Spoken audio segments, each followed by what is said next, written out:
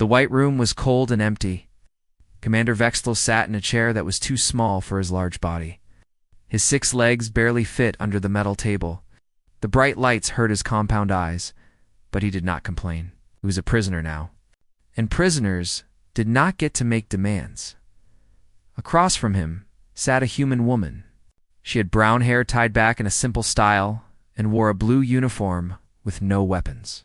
Name was Dr. Amanda Wright, and she was here to ask him questions. Many questions about the war that had ended 6 months ago. Vextel looked at her with all 4 of his eyes. Humans were strange creatures. They had only 2 eyes, and they were so small. This one barely reached his shoulder when she stood up. Her skin was soft and pink, not hard and green like his own. She had no claws, no natural armor, no poison sacs. How had such weak beings defeated the mighty Zephyrian Empire? The human woman pressed a button on a small device. A red light came on. She was recording everything now. "Good morning, Commander," she said in a calm voice. "Thank you for agreeing to speak with us today." Vextel made a clicking sound with his mouth parts. It was how his people showed they were thinking. "Had little choice in the matter?" he replied. His voice was deep and rough, like rocks grinding together. "You always have a choice," Amanda said. "Other Zephyrian officers have refused to be interviewed. They sit in their cells and say nothing at all." This surprised Vextel. He had thought all the survivors were being forced to talk. "Why do you want to hear my story?" Amanda leaned forward slightly. "Because we need to understand what happened. 6 months ago, your empire controlled half the galaxy. Your ships were bigger and stronger than ours. Your weapons were more advanced. Yeah? Soldiers had been fighting wars for thousands of years while we had just learned to fly between the stars." She paused and looked directly at him. "Yet here we are. Your empire is broken, and humanity stands victorious. We need to know how this was possible." Vextel was quiet for a long moment. He remembered the day the war began. Zephyrian High Council had been so confident. Humans were new to space travel. They'd been flying between stars for less than 100 years. The Zephyrians had been conquering worlds for over 3,000 years. "Your people were supposed to be easy prey," he said finally. "We had destroyed the Altarian Confederacy in 6 months. The Silicon worlds fell in less than a year. Plasma Nebula Collective surrendered after we destroyed just 3 of their planets. But humans were different," Amanda said. "Yes." Vextel clicked his mandibles together. "Very different." The alien commander shifted in his chair. The wounds he had received in the final battle still hurt. A human projectile had cracked his chest armor and left scars that would never heal properly. But he was alive, which was more than he could say for most of his fleet. "Tell me about your first encounter with human forces," Amanda said. Vextel closed his primary eyes and let his memory drift back. "I commanded the 3rd Assault Fleet. 237 ships under my direct control. We were ordered to attack the human colony of New Denver." He opened his eyes and looked at Amanda. "It should have been simple. We had done it hundreds of times before. Jump into the system, destroy any defending ships, then eliminate the colony from orbit. Clean and efficient. What made you think it would be easy? Your ships were small, primitive. We had reports that humans were using modified mining vessels and cargo haulers as warships. Our intelligence said your largest ship was barely 1/10 the size of our smallest cruiser." Amanda nodded. It was mostly accurate. "We did convert civilian ships for military use. We had to. We didn't have time to build a proper navy from scratch. We laughed about it," Vextel admitted. "My officers made jokes about fighting space miners and cargo pilots. We thought it would be over in ours." The human woman made notes on a tablet device. "When did you realize you were wrong?" "The moment we dropped out of hyperspace near New Denver." Vextel's voice grew quieter. We expected to find frightened civilians trying to flee in whatever ships they could find. But instead, we found a battle fleet waiting for us. He remembered the shock of that moment. The human ships had been arranged in a defensive formation around the colony. They were small. Yes, but there were many of them. And they did not run away. "Your Admiral Jake Morrison was commanding the defense," Vextel continued.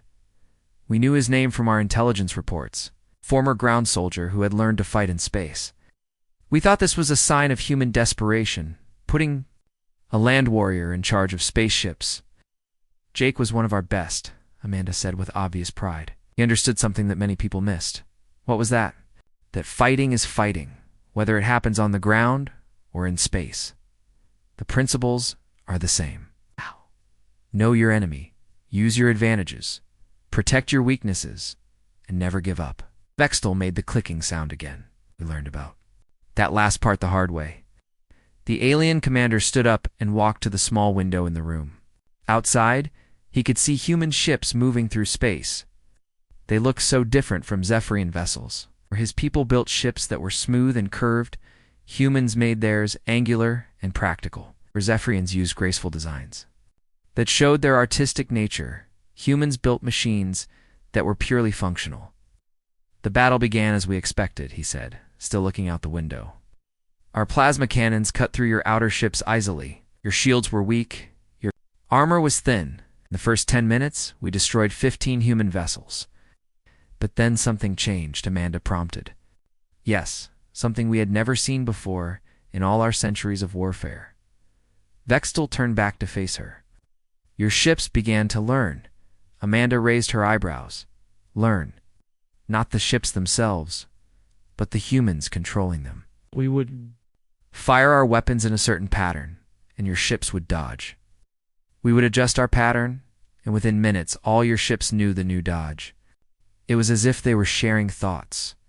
What Vextel did not understand at the time was human communication technology. While Zephyrian ships relied on formal command structures and official orders, human vessels were constantly talking to each other. Pilots shared information instantly. Gunners compared notes in real time. Engineers exchanged ideas, even in the middle of battle. Captain Lisa Rodriguez noticed something during the fight, Amanda explained.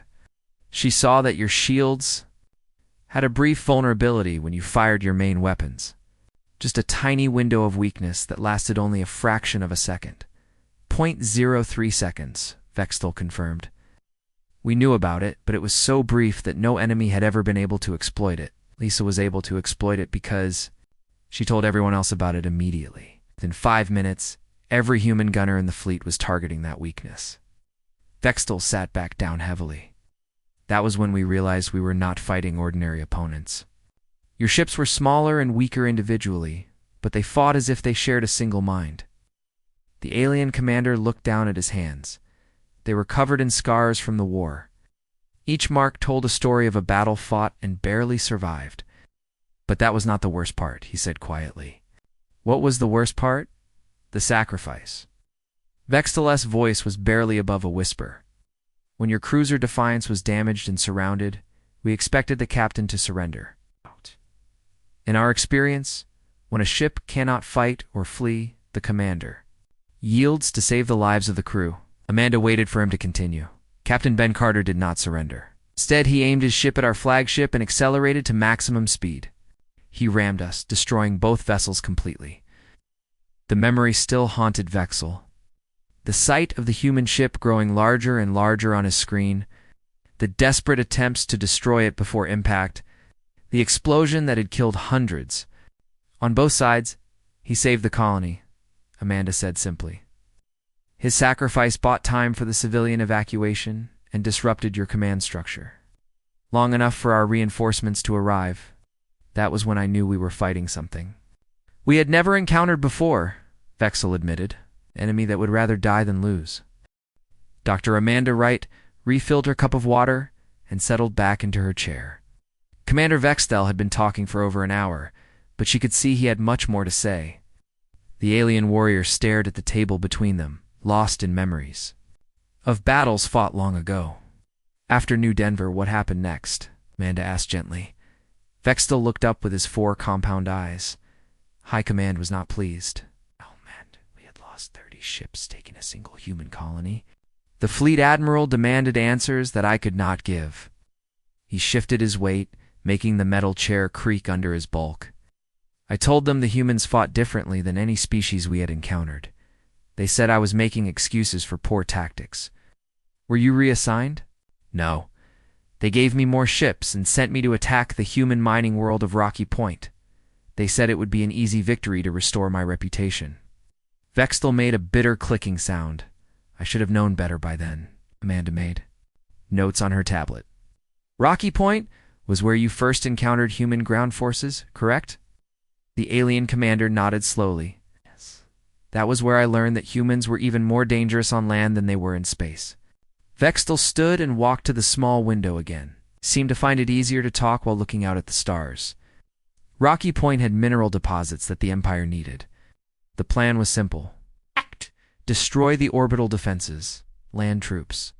Secure the mines, and eliminate any resistance. He was quiet for a moment, remembering.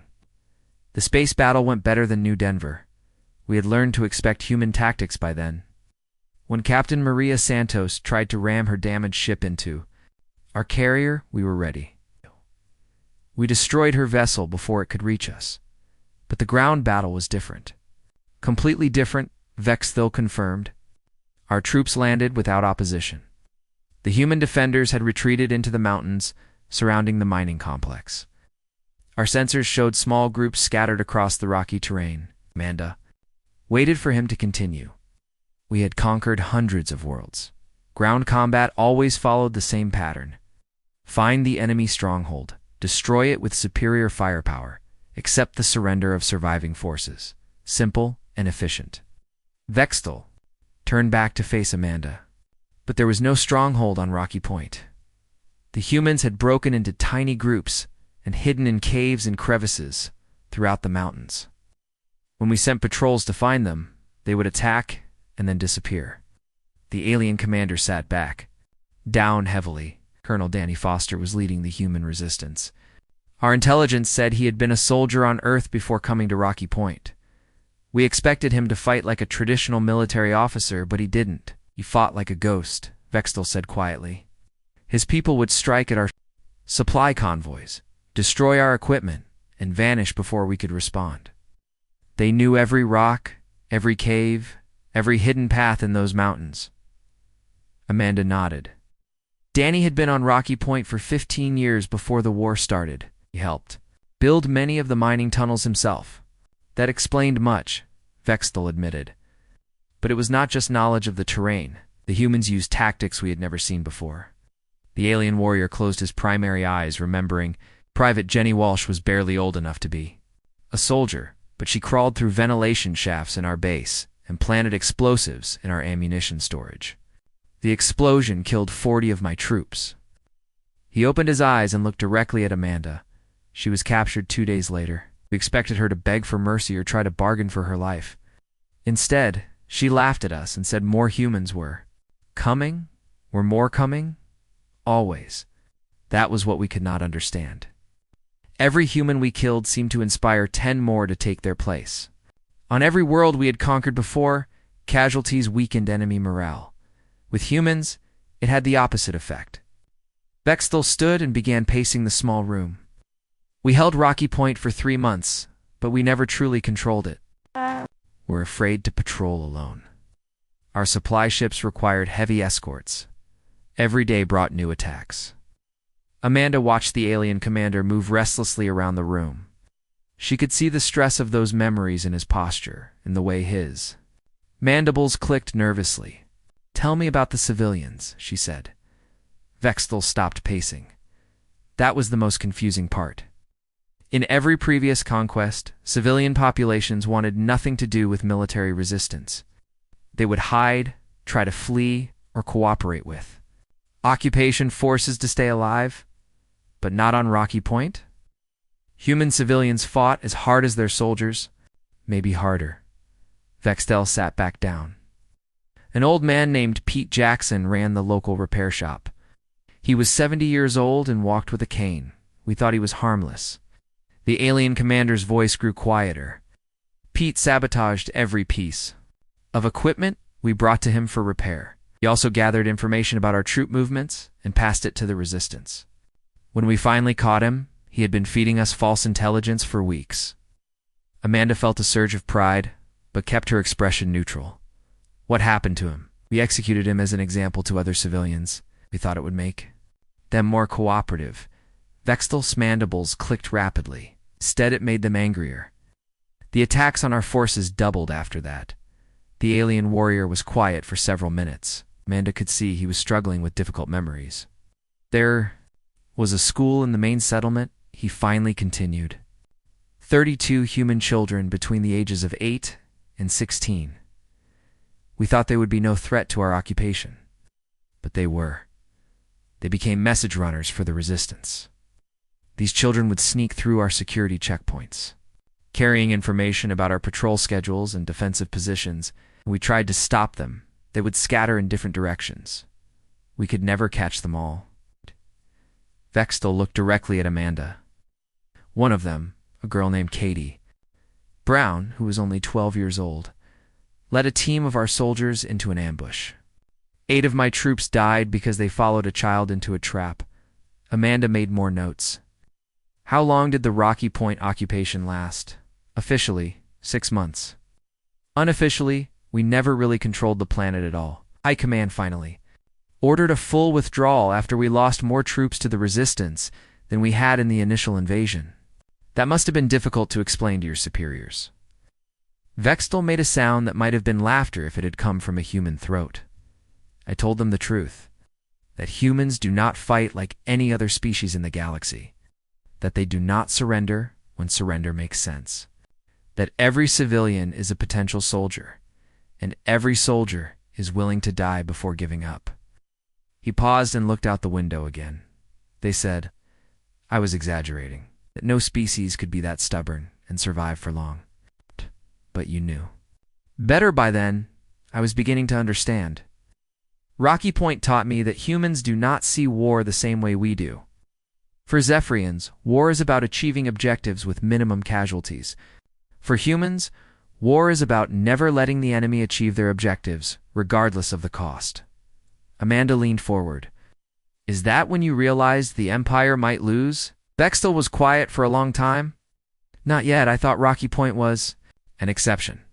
One unusually stubborn colony that we could afford to abandon. The Empire controlled thousands of worlds. Surely not all humans would fight so desperately. But they did. Every single one, he said quietly. On Harvest Moon, the human defenders held a single building for 2 weeks against an entire regiment. On Copper Station, civilian miners collapsed their own tunnels rather than let us use them. On Green Valley, farmers burned their own crops. To deny us food supplies, the alien commander stood and walked to the far wall of the room. It took 3 more battles before I understood the truth. Humans were not just defending their worlds. They were defending something we could not touch. With our weapons, what was that? Their idea of who they were? Their belief that they had the right to be free?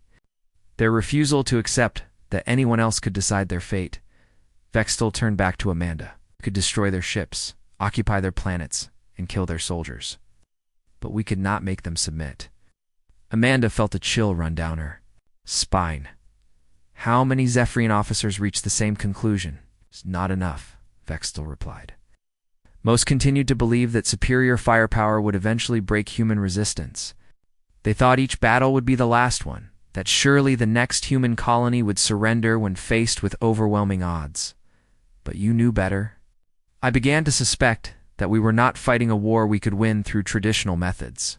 But I did not yet understand just how badly we had underestimated human capabilities. The alien commander returned to his chair. That lesson was still to come. Amanda Wright noticed that Commander Vextel had grown more restless as their interview continued. The alien officer kept shifting in his chair and clicking his mandibles in what she had learned was a sign of deep stress. She poured herself another cup of water and waited for him to speak. After Rocky Point High Command decided we needed a different approach, Vextel said finally. They believed that human resistance was successful because we were being too gentle. The order came down to show no mercy to any human world that opposed us.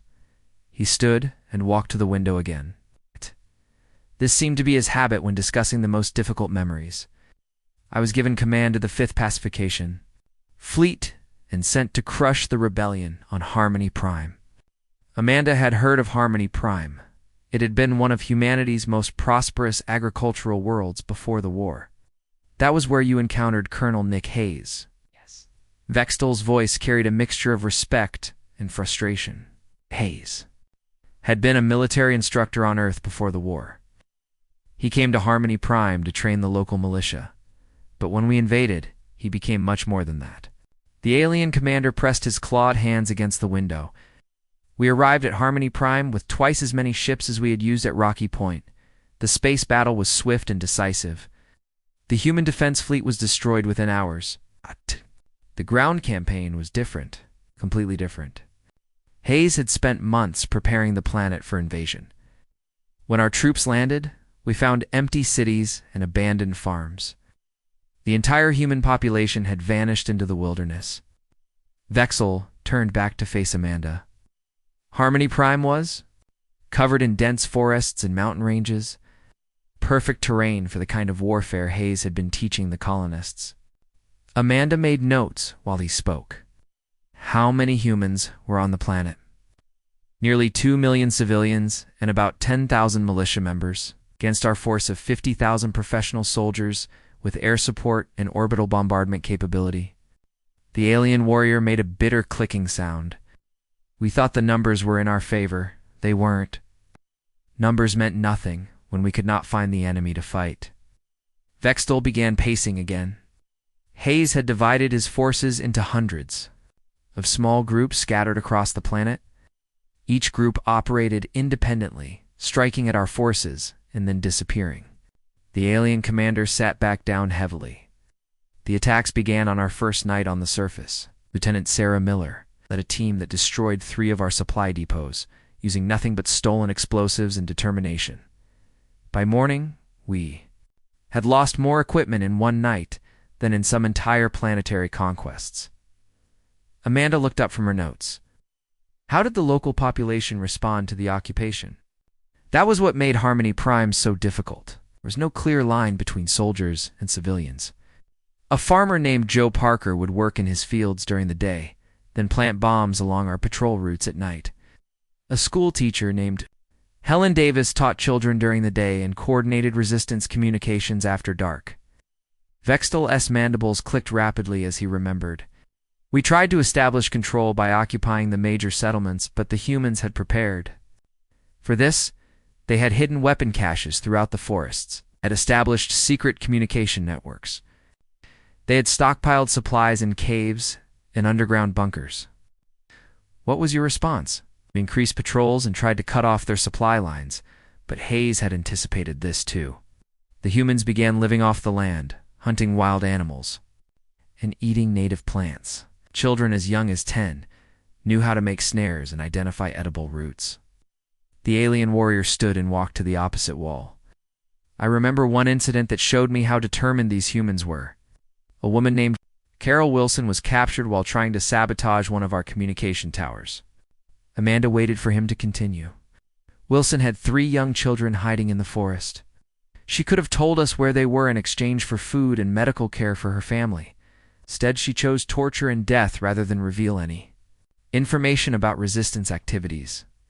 Vexel's voice grew quieter. Before we executed her, she looked directly at me and said that more humans would come to replace her. That they would never stop fighting as long as we remained on their world. Did you believe her? I was beginning to. Every week brought new attacks. Our soldiers were afraid to leave their bases alone. Supply convoys required heavy escort, and even then, many never reached their destinations. The alien commander returned. To his chair, Hayes had turned the entire planet into a trap. Amanda made more notes. Tell me about the children. Vexel was quiet for several moments. That was the most disturbing aspect of human resistance. In every previous conquest, children were considered non-combatants. They would be relocated to safety or placed in protective custody until the fighting ended. But not on Harmony Prime. Human children were active participants in the resistance. A boy named Tommy Clark, who was only 14 years old, led our soldiers into an ambush that killed 12 troops. When we finally captured him, he showed no fear and no regret. The alien warrior's voice carried a note of confusion. How we could not understand how human parents could allow their children to fight. In Zephyrian culture, protecting the young is the highest priority. Adults would surrender to save their offspring, but human parents on Harmony Prime made a different choice. They chose to fight alongside their children rather than submit to occupation. A man named Dave Roberts taught his twin daughters how to make explosives. A woman named Ruth Baker trained her son to gather intelligence on our troop movements. Vextel shook his head slowly. Entire families worked together to resist our occupation. Amanda felt a mixture of pride and sadness. How long did the occupation of Harmony Prime last? 18 months. The longest and most costly pacification campaign in Zephyrian history. The alien commander looked directly at her. We lost over 20,000 soldiers and countless equipment. The planet was completely unusable for resource extraction. What finally ended the occupation? High Command ordered a complete withdrawal after Hayes orchestrated a coordinated attack on all our major installations simultaneously. In one night, the human resistance destroyed our primary base, our supply depots, our communication centers, and our landing fields. Vextel stood and walked back to the window. The attack was led by ordinary colonists, farmers, teachers, shopkeepers, mechanics. People who had never been soldiers before the war began, but Hayes had trained them well. It happened to Colonel Hayes. He was killed in the final battle, leading an assault on our command bunker, but even his death did not end the resistance. His second-in-command, Captain Lisa Foster, continued the fight using the same tactics Hayes had taught her. Amanda looked up from her notes. Did you personally encounter Hayes during the occupation? Once. Near the end of our time on Harmony Prime, Vextel's voice became thoughtful. He had been wounded in a skirmish and was trapped in a cave system with about 30 other humans. We had them surrounded with no possibility of escape. Did he surrender? I offered him terms. Safe passage for his people in exchange for ending the resistance on Harmony Prime. It was a generous offer by Zephyrian standards. The alien commander turned back to Amanda. Hayes refused without hesitation. What did he say? Said that freedom was not something that could be negotiated away, that his people would rather die free than live as slaves. Then he asked me a question that I still think about today. Amanda waited. He asked me how I would feel if aliens invaded my home world and told my people they had to obey foreign rules and serve foreign masters. He asked if I would submit to save my life, or if I would fight to remain free. Vextel was quiet for a long moment. I could not answer him because I had never considered the question from that perspective. Zephyrians fight to conquer others, not to defend our own freedom. We had never been invaded or occupied. What happened to Hayes and his people in the cave? They fought to the end. Every single one of them died, rather than surrender. But before they died, they transmitted a message to resistance groups across the planet. Hayes' final words were broadcast to every human on Harmony Prime. Amanda felt tears forming in her eyes, but kept her voice steady. Oh, what did he say? He said that Zephyrians could kill human bodies, but they could never kill the human spirit. That as long as one human remained alive and free, the resistance would continue. That his death would inspire 100 others to take his place. Alien Commander sat back down and looked directly at Amanda. He was right, Dad. Resistance attacks increased rather than decreased. More civilians joined the fight. More children learned to make weapons and gather intelligence. Is that when you realized the war was unwinnable? Vextel clicked his mandibles slowly. I began to understand that we were not fighting a conventional enemy. We were fighting an idea. The human belief that they had the right to determine their own fate, and ideas are much harder to kill than soldiers. Amanda made final notes for this section. What was your recommendation to High Command after Harmony Prime? I told them that occupying human worlds was impossible with acceptable casualties. That every planet we conquered would require a permanent garrison to maintain control. Dr. Amanda Wright noticed that Commander Vextel looked tired. They had been talking for several hours, and the alien warrior's posture showed the weight of his memories. But she could see he had more to tell, and these later battles might be the most important part of his story. After Harmony Prime, did the Empire change its strategy? She asked. Vextel made a slow clicking sound with his mandibles. High Command decided that ground invasions were too costly. They ordered a return to orbital bombardment and complete destruction of human colonies. No more attempts at occupation or resource extraction. He stood and walked to the window again. I was reassigned to the 7th Destruction Fleet under Admiral Crickstell. Our mission was simple: find human worlds and eliminate them from space. Amanda made notes while he spoke. That must have seemed like a better approach. It should have been. We'd done it many times before, to stubborn species. Destroy their planets from orbit, and survivors usually surrender quickly. Vextel's voice carried doubt. But humans were different, even in how they faced total destruction. The alien commander turned back to face her. Our first target was the human research station at Titan's Gate. Intelligence reports said it was lightly defended and had important scientific facilities. What kind of research were they doing there? Did not know at the time. Later we learned they were studying our captured technology and developing new weapons. Vextel sat back down. The station was built near a gas giant with several moons. We thought the location would make escape impossible. Amanda looked up from her tablet. The humans had other plans. They had Dr. Karen Phillips, a human scientist who had been reverse engineering Zephyrian plasma weapons. The alien warrior's mandibles clicked rapidly. Phillips had discovered how to combine our energy weapons with human projectile technology. Vextel was quiet for a moment, lost in memory. When we arrived at Titan's Gate, we expected to find scientists trying to flee in research vessels. Instead, we found a small fleet of human warships equipped with weapons we had never seen before. What made them different?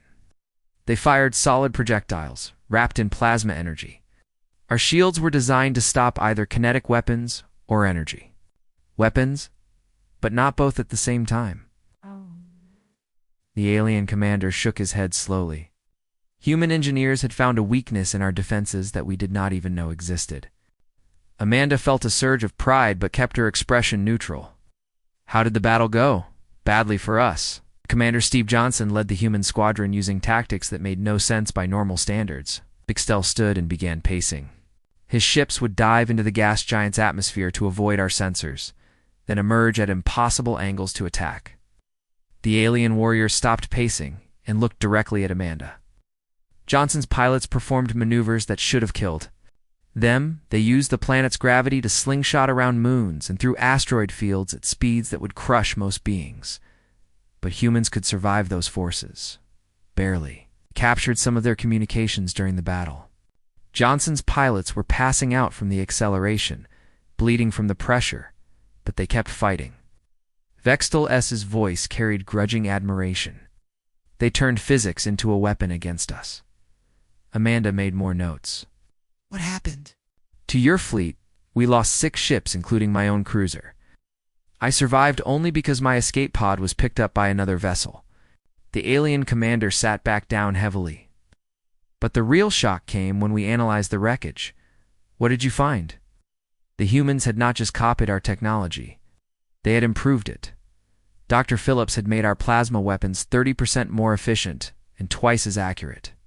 Vextel's mandibles clicked in what Amanda recognized as amazement. It had taken us centuries to develop those weapons. Humans perfected them in months. Amanda looked up from her notes. How is that possible? Human thinking is different from ours. Zephyrians follow established procedures and proven methods. We improve technology slowly and carefully over long periods. The alien warrior gestured with his clawed hands. Humans take risks. They try impossible ideas. They combine different technologies in ways that should not work, but somehow do. Vextel stood and walked to the far wall. After Titan's Gate, strange reports began coming in from other battle zones. Human ships were appearing with new weapons. New armor, new tactics, almost every week. Can you give me specific examples? Captain Brian Foster retrofitted his destroyer with rotating armor plates that could deflect our plasma blasts. Lieutenant Amy Cooper developed a new type of missile that could change direction in flight to avoid our defensive systems. Alien Commander counted on his clawed fingers. Engineer Paul Martinez created a shield generator that could absorb our energy weapons and redirect them back at us. Amanda felt amazed by the ingenuity he was describing. These were individual innovations. Yes, but that was not the most impressive part. Every time a human developed a new technology, they would share it with their entire fleet within days. Vextel turned back to face her. We would encounter a new weapon in one battle, and by the next battle, all human ships had it. The alien warrior sat back down and leaned forward. Compare this to Zephyrian methods. When our engineers develop new technology, it goes through years of testing and approval. Then it is slowly distributed to selected ships for field trials. Full deployment takes decades, but humans did it faster, much faster. They would test new weapons in actual combat, learn from failures immediately, and improve the design in real time. Vextel's voice carried disbelief. It was reckless, and dangerous, and completely effective. Amanda made more notes. What was the Empire's response to these developments? Panic. Our technological advantage was disappearing rapidly. High Command ordered our best scientists to accelerate research and development. The alien commander made a bitter clicking sound. But Zephyrian scientists could not match human innovation speed. Vexel stood and walked back to the window. The turning point came at the Battle of Kepler Station. I was commanding the 3rd Assault Group under Admiral Mexstar's fleet. We had over 400 ships, the largest force ever assembled by the Empire. What was your target? Kepler Station was humanity's main shipbuilding facility. Destroying it would cripple human ship production and end their ability to replace battle losses. The alien warrior pressed his hands against the window. Intelligence said the station was defended by fewer than 100 human vessels. Amanda waited for him to continue. We jumped into the system expecting an easy victory. Instead, we found ships we had never seen before. Vessels that looked like they had been built from pieces of different technologies welded together. Vextel's voice grew quiet. They were ugly and asymmetrical, but they were also incredibly dangerous. What made them so effective? Everything. Human engineers had combined Zephyrian plasma weapons with their own kinetic systems, and some kind of new energy shields we could not penetrate. The alien commander turned back to Amanda. But the most shocking thing was how they moved. How so? Human pilots were performing maneuvers that violated everything we knew about space combat. They would spin their ships while firing, use debris as cover, even ram our vessels and survive the impact. Vexel sat back down. Admiral Johnson had trained his pilots to fight like they were still flying atmospheric fighters instead of space cruisers. Amanda looked up from her tablet. Was Admiral Johnson related to Commander Steve Johnson from Titan's Gate? His brother? Steve had been killed at Titan's Gate, and Jake Johnson had taken command of the human fleet. The alien warrior's mandibles clicked slowly. Jake fought with a fury that scared even veteran Zephyrian officers. What happened during the battle? We lost, completely and decisively. Out of 400 ships, only 63 escaped the system. Vexel's voice was barely above a whisper. Admiral Mexstar went down with his flagship rather than face the shame of such a defeat. Amanda felt a chill run down her spine. Ow! Many human ships were lost. 12. They destroyed more than 300 Zephorian vessels, while losing only 12 of their own. The alien commander looked directly at her. That was when I knew the war was truly lost. Because of the battle itself, because of what it represented. Humans had not just matched our technology, had surpassed it. They were building ships faster than we could destroy them, developing new weapons faster than we could counter them, training pilots who fought better than warriors with centuries of experience. Vextel stood and walked to the center of the room. But the most frightening thing was not their technology or their tactics. It was their determination. What do you mean? Even after losing ships and friends, even after suffering terrible casualties, human pilots would volunteer for the most dangerous missions without hesitation. The alien warrior's voice carried wonder. Captain Julie Martinez held Firebase Alpha for 3 weeks with no supplies and no hope of rescue. She held it because someone had to, and she refused to quit. Amanda made final notes for this section. When did you realize that individual human determination was more dangerous than their technology? Dr. Amanda Wright looked at her tablet and realized they had been talking for over 6 hours. Commander Vextel seemed exhausted, but there was still one more question she needed to ask. The most important question of all. Commander, after everything. You experienced what made humans different from every other species the Empire had fought. Vextal was quiet for a very long time. He stood at the window, looking out at the human ships moving through space. When he finally spoke, his voice was soft and thoughtful. I have fought in over 200 battles across 50 different star systems. I have conquered 12 different species and seen the fall of countless civilizations. He turned to face Amanda, but I had never encountered anything like humanity. The alien commander walked back to his chair, but did not sit down. Instead, he stood behind it, gripping the metal back with his clawed hands. Altarian Confederacy had better ships than humans when we first attacked them. The Silicon Worlds had more advanced weapons.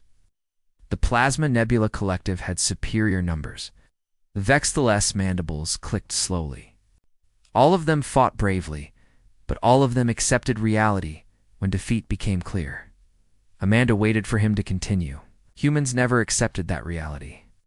When you should have surrendered, you adapted. You should have retreated, you attacked.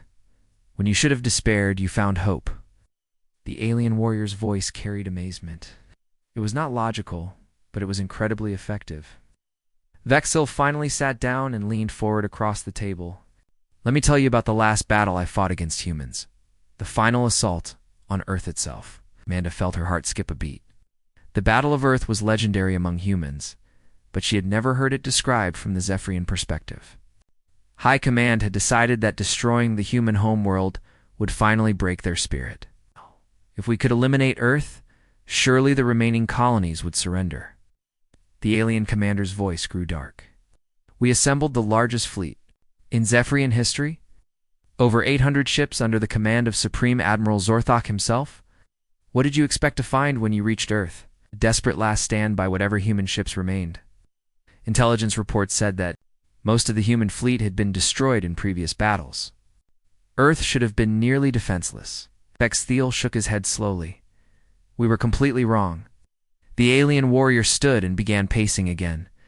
When we dropped out of hyperspace near Earth, we found a fleet waiting for us that was larger than our own. Over 1,000 human vessels arranged in defensive formations around their home planet. Amanda made notes while trying to control her excitement. How is that possible? Our records show that human ship production was severely damaged by that point in the war. That was what amazed us most. The human fleet was not made up of military vessels. It converted cargo ships, mining barges, passenger liners, even small personal craft into weapons of war. Vexla's voice carried disbelief.